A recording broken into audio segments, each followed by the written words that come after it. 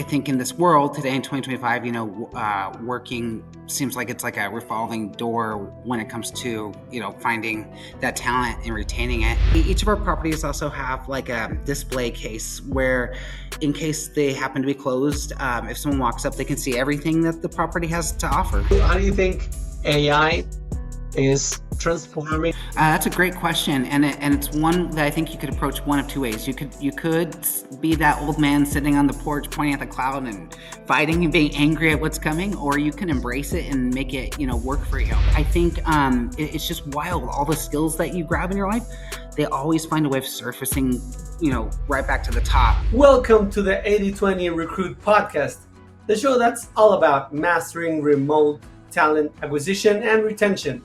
Whether you're hiring your first remote worker or scaling your team, we've got you covered. I'm Frank, your host. Let's get started. Welcome to the 80/20 Recruit podcast, hiring, building, retaining top talent. This show is dedicated to helping business leaders, recruiters, and HR professionals master the art of hiring and managing real estate teams. I'm your host, Francisco Israel, and you can find me anywhere on LinkedIn. Our podcast is proudly sponsored by 80/20 Recruit, where we help real estate companies like investors, flippers, and wholesalers recruit high-performing Latin American teams, 100% guaranteed, without any markup or recruiting fees.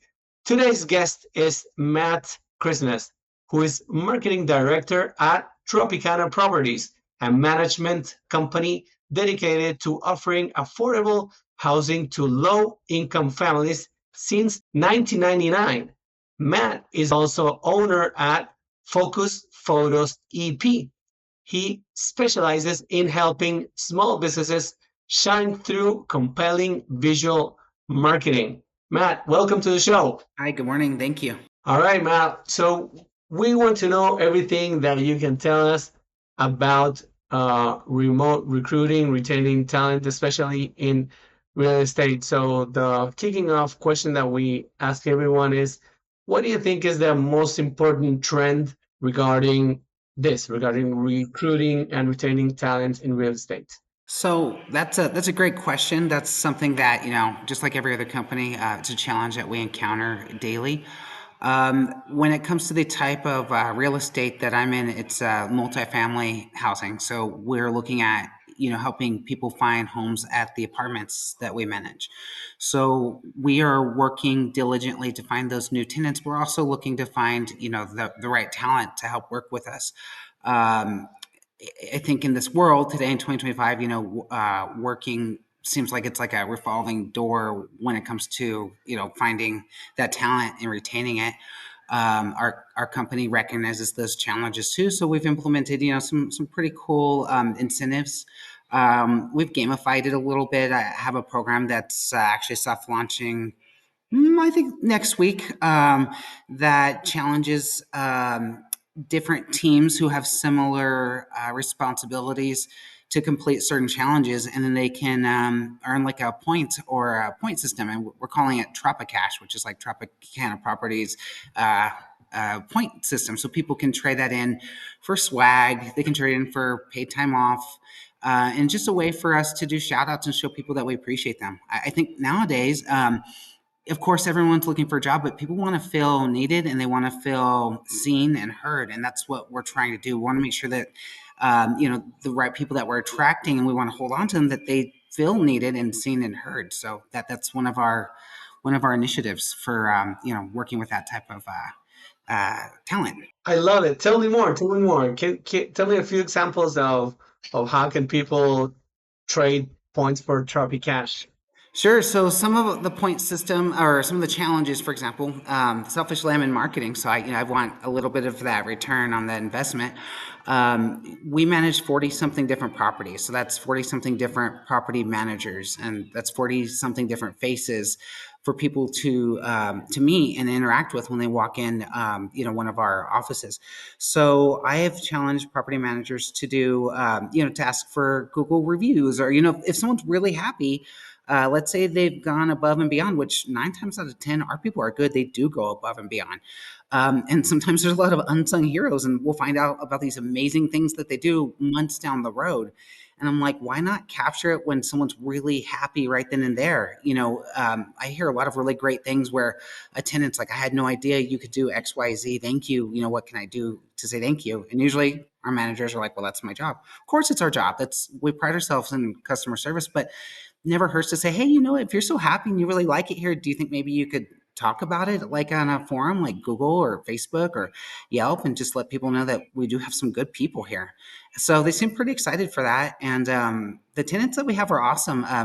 Most of them really like to speak up. So that's one challenge. And that's one thing that they are competing against. Each of our properties also have like a display case where in case they happen to be closed, if someone walks up, they can see everything that the property has to offer, and it's outside the door. So we challenge the managers to make that look really cool, or if there's a certain show that's in season, or there's something trending and social, replicate it out there. Let people know that like a real human works here, and we're not just a corporate machine. Hey there! A quick break to remind you that 8020 Recruit podcast is brought to you by 8020 Recruit, helping you hire pre-vetted, top-performing remote talent from Latin America. Save hours of recruiting and find the perfect fit for your team. Visit 8020recruit.com to learn more. Matt, and when you say our managers and our people, are they all local, like in person, or do you have any remote employees? So at the properties, they would be in person. A few of us, including myself, have the ability to work throughout the whole city of El Paso County and not there, remotely too. I mean, right now I'm at a property speaking to you through the internet, but a few of us do have the ability to just kind of work where we need to, where we're needed. So it's pretty cool. All right, all right. And what would you recommend people in terms of interviewing? What would you think is like a red flag when you're interviewing an, a possible employee in these days, especially if they're remote? I one thing that I do like about our company is we really do like to promote from within, and we like to give everyone the opportunity to climb. If we're talking to somebody, who's interested in a job, we like to throw the potential of growth on the table. So we like to kind of put that out there, and if someone engages with it, that's great. But I think on the flip side of the coin, if we offer certain things, or if I've made certain arrangements and someone starts addressing I don't know, current complaints like, oh, I'm so busy, or oh, I have this, or I would say that's probably not your best way to put your best step forward. And to me, I would say, we all have, I have 3 kids and I'm married and I have all the things I got to do, but I signed up for this job as my commitment to the company. It's my promise. And I think as long as we can tell that, someone does seem pretty driven, if they're not bogged down by their current things, if they're hungry and they want opportunity, then that's the way to be, a growth mindset mentality, in my opinion. Yeah, I totally agree. Like we all have things, we all have problems, we all have challenges at home, at work, or even our health. But we still have to do the best. So it comes with the position. I agree. I wanted to dig a little bit uh, deeper into one thing that you mentioned, and it was climbing the ladder. So I see that there's many many ways to go that way. So I see that in many companies, quote unquote, they give the opportunity for people to climb the ladder, and that many times means that you have to change your expertise for something that you're good at doing. Let's say someone that's good at sales, and then if they climb the ladder, then they have to be good at managing people at sales, and they're not the same skills. Maybe you have it, maybe you don't. So many times, people that are good at one skill, when they have to climb the ladder, they have to manage for that skill that maybe they don't have it. What do you think of that? You hit the nail on the head. That from my own personal career path, same thing. My background, my undergrad, my master's degree are in marketing, and I've done that for like 20ish years. I did go down a road where I decided to try something completely different with the hopes that that would help me grow into other roles. So I tried being uncomfortable. I comfortable with being uncomfortable. You know, I went into events. I went into the restaurant industry. These are things that I was like, these aren't me. I'm a graphic designer, but I'm really glad I did. I'm fairly certain I wouldn't be able to hold the title of director, and I've had it a couple times, you know, for marketing. But I've learned some really crazy things that I don't think I would have learned in college, that have applied to these roles that really kind of were not exactly on my job description, but I was able to find the answer, or I was resourceful enough. So I think it's always good, especially if you do have the ability to branch, try something that's a little different, but might kind of smell the same. Maybe it's connected somehow, but try it. And I think it's just wild. All the skills that you grab in your life, they always find a way of surfacing, you know, right back to the top. And they come back and you're like, oh my gosh, I know how to do that. I don't know why I know how to do that, but I learned how to do that like 10 years ago. Matt, I have to ask because, especially because you're a graphic designer, I don't know how much graphic design you do these days, but I have to ask. There's a big elephant in the room that is called AI, right? How do you think AI is transforming, or how do you see it transforming in the very specifics of your job or your work? That's a great question, and it's one that I think you could approach one of two ways. You could be that old man sitting on the porch, pointing at the cloud and fighting and being angry at what's coming, or you can embrace it and make it, you know, work for you. I chose the latter. I do use AI quite a bit in graphic design and in marketing. You know, right now we don't always have the budget to stage rooms at apartments, and furniture and design interior things change, right? So I've invested in learning how to digitally, virtually stage units, and it's been pretty cool. Being able to be like an interior decorator and being able to play with the shadows in Photoshop. I think if I didn't have those core skills, I don't know if I'd be able to easily adapt and apply them to new technology that's emerging. AI is not something that scares me. If I was scared, I mean, I don't think this would be my line of work. I think we still do have to have our hands on the wheel, but now the wheel might look a little different, but we're still headed in the same direction. It's just different car we're driving, I guess. Yeah, and I do a lot of work in marketing and even in recruiting.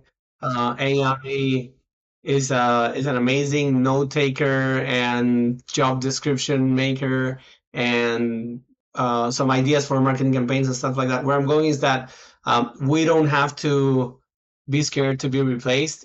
We have to leverage the better productivity that we can get out of the different tools that come out of AI. And I see that that can work especially well for remote employees as well that can, work from home or wherever and just deliver great work. Um, Matt, we're approaching the end of this part of the show. I want to give you a space because I know you have a personal company, right? And I want to give you space to tell me who do you serve in this company and what's your value proposition. Awesome. Well, I appreciate that. My bread and butter, of course, is Tropicana. I really love it. I love working with families, individuals, helping them find their homes. But it's inspired me to work with other teeny tiny little companies on my own on the side when I have time. My background is in education, graphic design. So I try to help schools. I've been taking a lot of photos of kids for like sports, youth sports, making trading cards, making posters.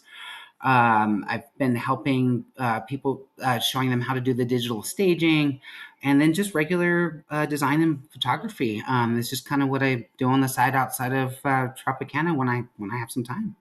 Great. So how can anyone listening here know more about you or look at your portfolio or just look at your work? Sure. Thanks for asking. So I do have a website that I launched late last year, and it's called Photos EP.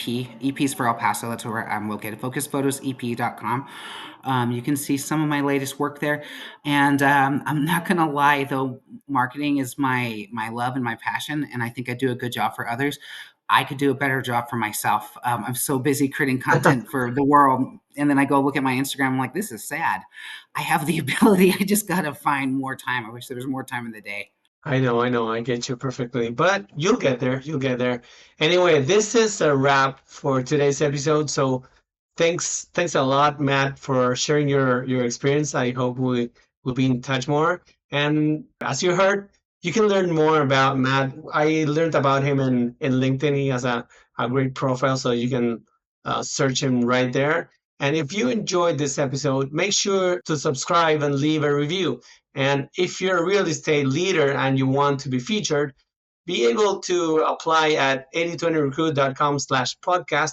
And of course, consider 8020recruit as a go-to partner for all things recruiting in our industry. So until next time, and keep building strong teams and hiring smarter. Thank you, Matt. Thank you so much. Thanks for listening to the 8020 Recruit podcast. If you found today's episode valuable, don't forget to subscribe, leave a review, and share it with your network. Want more tips? Follow us on LinkedIn and visit our website 8020recruit.com for exclusive resources. See you next time.